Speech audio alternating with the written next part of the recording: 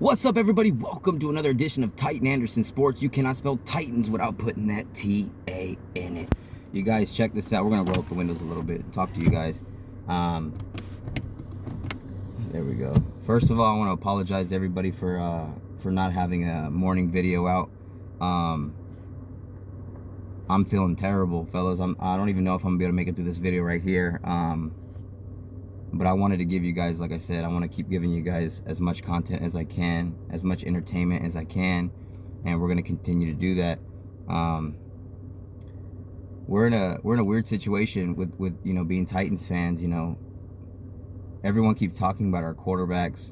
You know, it's crazy because like Ryan Tannehill's obviously the guy, and they continue to talk about the battle of the backups and you know, Malik Willis and Will Levis, and it's crazy because like, this debate is literally like making Titans fans argue and all that types of shit. It's crazy. You know, you got guys who want Malik, you got guys who want Will, and then you got guys like me who just wants a winner. It's funny to me, not really funny, but you get what I mean. It's crazy, I guess is a better way of putting it, that, you know, people will you know, bash each other, knowing that we're all Titans fans, and you got people coming at each other with fighting words and disrespectful things and stuff, and it's just like, for what? It's the same. Like, you like Malik, cool, root for Malik, but don't sit there and hate on Will Levis and root for him to be injured or root for him to suck just because you want one guy to be good. Like, that's crazy to me. I would never root for a Titans player to suck or be injured. So, you know, it is what it is. It's just, you know, it's part of it. People are stupid. But it's crazy. I think a lot of people, you know, aren't really giving the Titans, you know, their fair share of respect. And that happens every year. I get it. But, you know, when you look at the Titans from top to bottom, it's a pretty damn good team. It's a pretty damn good team. Everyone knows Titans as run Derrick Henry, play good defense, this, and that. Well, now we can throw, too. A lot of people like to say, oh, Tannehill's not good, this, and that. We'll see. We'll see. He's got some weapons now. He's got blocking. He's got a great defense and the best coach, in my opinion. So it's like, let him work. Let him work. I'm one of the few people who wanted Tannehill gone. Not because I don't think he's any good, but just because he hasn't produced in the playoffs. 3 minutes in, almost in one cough, man. Proud of myself. But he's underperformed in big moments. We know that. That being said, he's been out there. He's been reliable, and he hasn't even really been injured much. And that's something that I'm very proud of. He's been reliable for us. He's been a rock for us at quarterback. He's been this right here, Tennessee Titans material.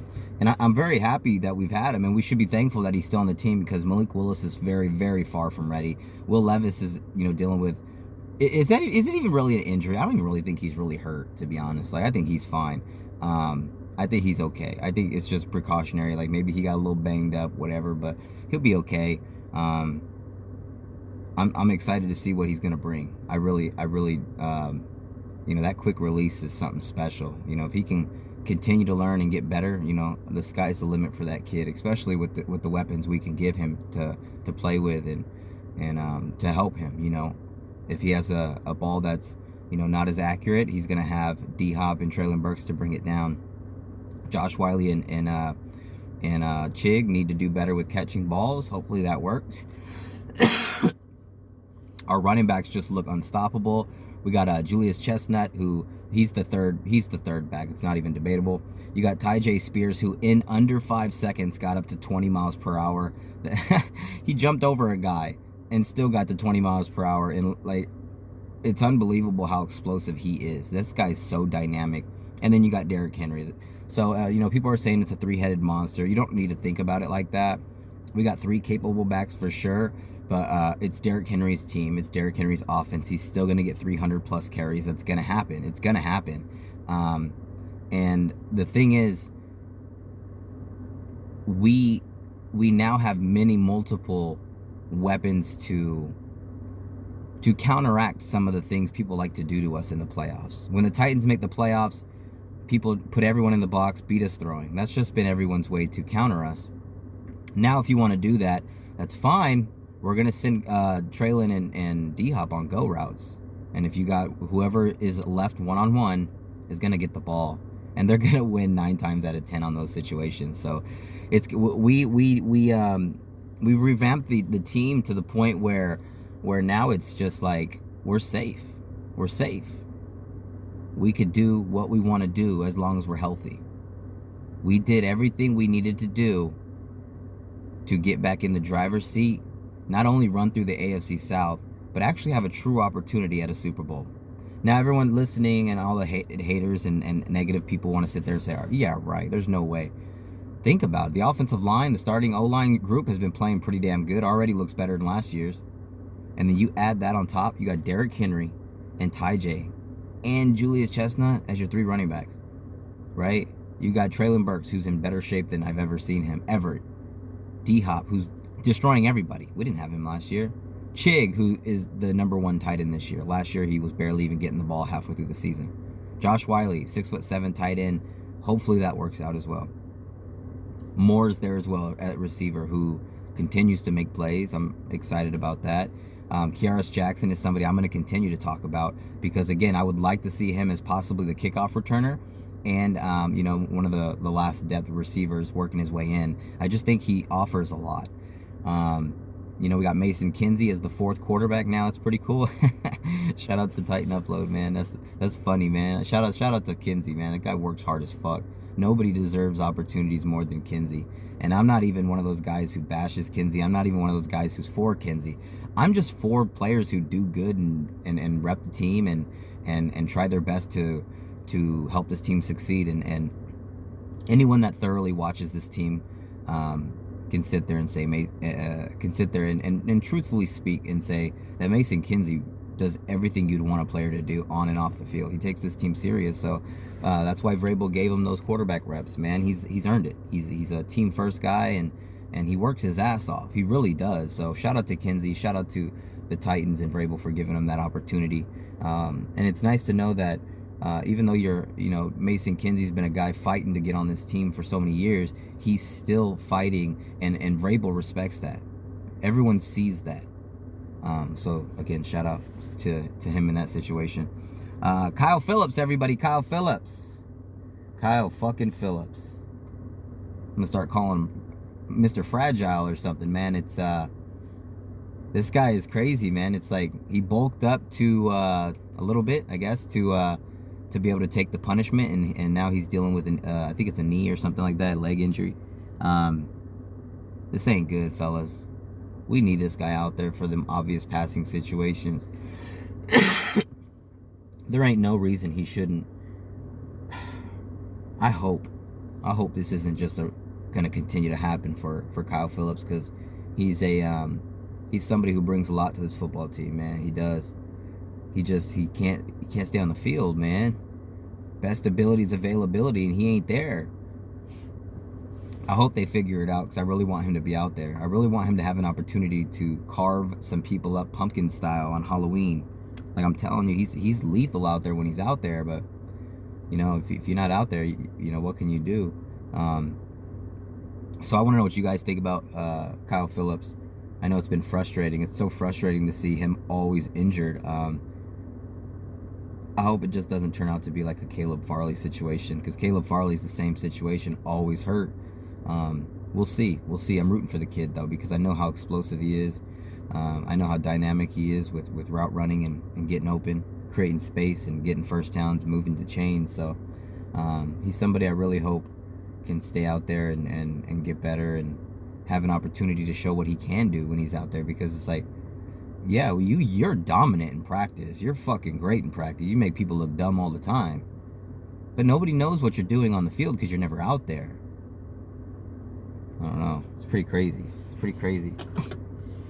I want to know what you guys think in the chat. Obviously, we went over pretty much everything offensive. The offensive line, though, is something that's not talked about a lot. I think our offensive line could be very, very, very good. Andre Dilliard mentioned before that the the chemistry is getting better. That's huge. That's huge. You know, the left guard. The left guard is a situation where, you know, we had Brewer and then he moved into center after he gained all that weight. And he looks great, by the way. He looks great. He's manhandling people. If you watch that touchdown run by TYJAE Spears versus the Vikings, Aaron Brewer literally just boop moved his guy to the left, and it was a huge hole. So him and Brunskill opened up a nice hole. So shout out to them. But Peter Skoronski, you guys, drafting him when we did, I wasn't happy about it because I didn't think we should draft a guard that high. But the versatility is so important.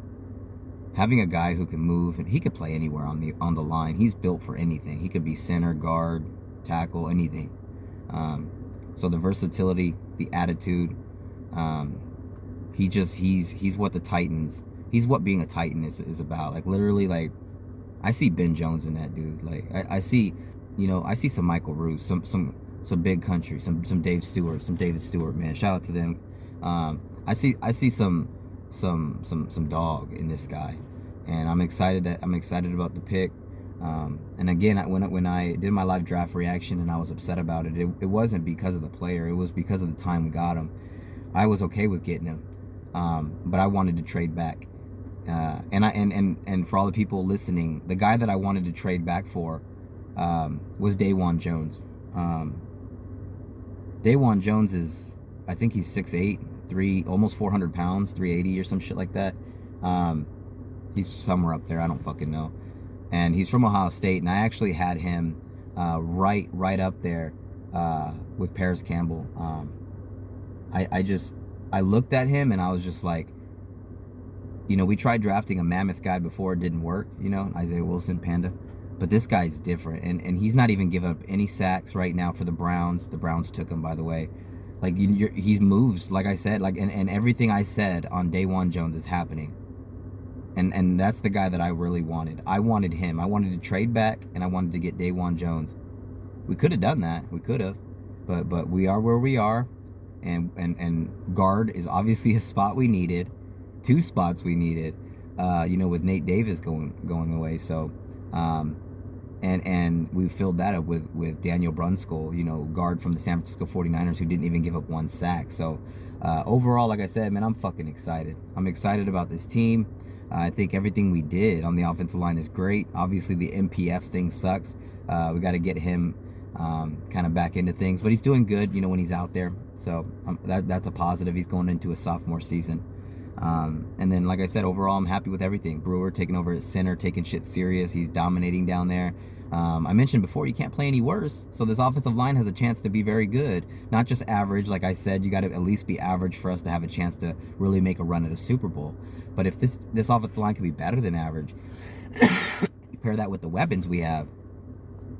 I want to know what you guys think, man. How would you guys like this offense to roll? Like I mentioned before, I want to see plays where, you know, you got, you know, Tannehill in the shotgun. Hell, I would like to see Malik in certain circumstances. You know what I'm saying?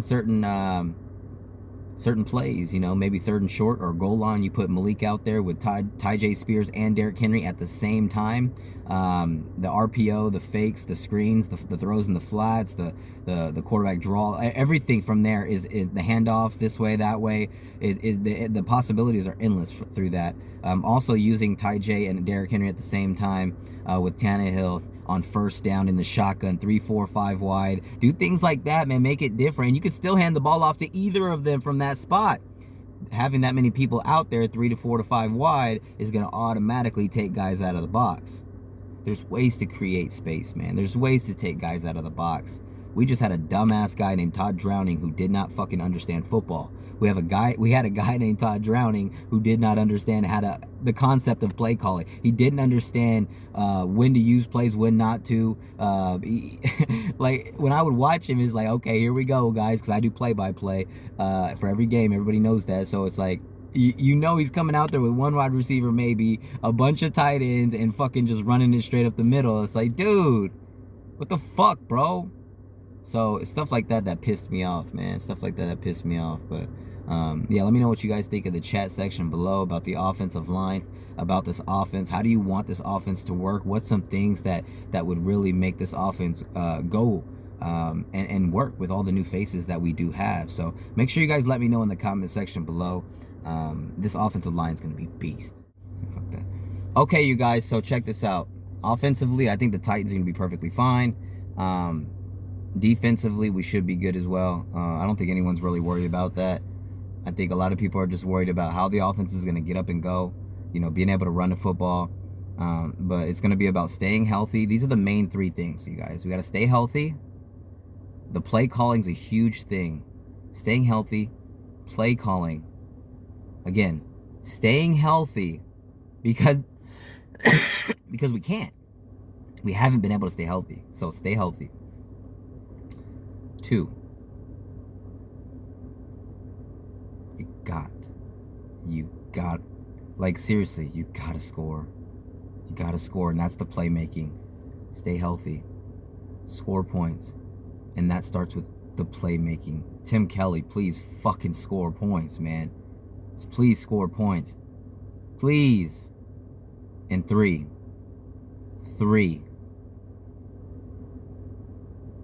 Run Derrick Henry. Run the king. Don't be scared. All this shit about people saying, you know, even it out. No, don't do this. Don't do... No, run the king. If he needs time off, he'll tell you. Stay healthy. Play calling. You got to be smart. Run Derrick Henry. Play good defense. Punt the ball inside the 10. Kick field goals. Make field goals, please. Like, bro, we can't make field goals. I don't know what we're going to do. Just go for it more, I guess, right? I would. Just go for it. I don't know what you guys think, man. If it's a 52-yard field goal attempt, I want, seriously, in the chat, everybody put it in the chat. If there's a 52-yard field goal, we don't got kickers who can kick 50. We know that. What do? Just go for it? Let's say it's 4th and 4. You going to go for it? 52-yard field goal, 4th and 4. You going to punt it? Because if you kick that field goal and you miss, bro, they're already halfway to scoring on you. I'm saying we got to start going for it more and punting more often. And we punt all the time. I get that, but you get what I'm saying. If we can't find a kicker to do his job and make fucking field goals consistently, you got to think about going for it on 4th down more often when it makes sense, when you're already there. Because you got to understand, your defense is solid. They're going to save you 9 times out of 10. And then you got that back weapon pocket. That back weapon in your back pocket. That fucking boot. That specialized boot, man. That secret weapon. Like, Stonehouse is just like going, like, what he's able to do with that foot, man, is between that and the defense, it's going to win us a lot of games. It's going to win us a lot of games. The offense just can't. We just got to win the turnover battle realistically. If we win the turnover battle, we're going to win most of our games regardless on how the offense plays. Our defense is that good. I really believe that in the defense. I really think this is a Super Bowl caliber defensive. This unit, you guys, is like literally. Kevin Byard, he finally has Amani Hooker healthy, ready to go with him. Elijah Molden's ready to help out back there if you need him to. And anywhere else. Caleb Farley, we'll see what the hell he brings to the table this year. Roger McCreary's dominating in the offseason. Again, all that work, all that experience that he got last year because of all of our injuries has only helped him. So he'll be ready to go. Sean Murphy-Bunting and Christian Fulton have been doing really well. Christian Fulton doing very well. And those are going to be the starters on the outside. And again, Roger McCreary and Elijah Molden will be active as well. Very active and involved. So that'll be a good thing. And then, you know, Al-Aziz Shair, I hope I said that name right.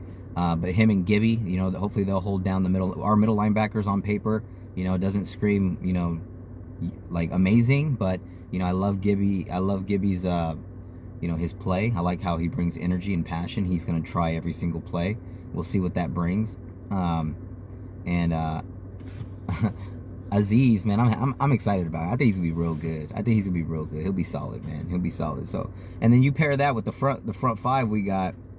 Shit, man. Shit. You know what I'm saying? Danico Autry, unblockable up there. Tierra Pop-Tart just looks like he's another man this year. Jeffrey Simmons, the GOAT. Freshly returned Harold Landry from that ACL. Can only imagine how much he wants to get a sack, and he's going to be playing. He's probably going to be playing against the Patriots. You know, Arden Key. Thank you, Kitty Cats. Fucking Cats let his ass go. You know, Weaver's still there as well. Caleb Murphy doing his thing as well. I expect Murphy and Rashard Weaver to be the backups on the ends. You know, helping out Arden Key and Harold Landry, you know, while they do their thing. So I'm excited about them. This team, fellas, again, this team could really do work. I really believe in this team. I want to know what you guys think, man. What do you guys think? What do you think we're going to do? What are you expecting the Tennessee Titans to look like? I'm expecting the Titans offense to be a lot faster. I expect it to still be Derrick Henry heavily involved, but again, faster paced. Way more shots on one-on-one opportunities downfield. I expect an offensive line to really be really better than last year. A lot better than last year. I expect, again, the defense to just dominate games. Jeffrey Simmons is going to do work this year. And the AFC South should be pretty simple for us to take care of. The Colts are going to be a mess. The Texans are going to be learning. And the Kitty Cats are the Kitty Cats. They have one decent year every once in a while, and then they suck for the next 10. So we're going to be fine. Let's take care of what we can take care of. The Aints are first, week 1. Let's go beat their little golden boy asses. You know what I'm saying? Gold member over there. Let's go take care of their golden asses and take care of business.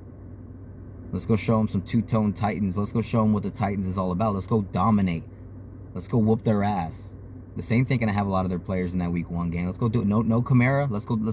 Let's go to work. Go to work. Make Derek Carr's debut terrible.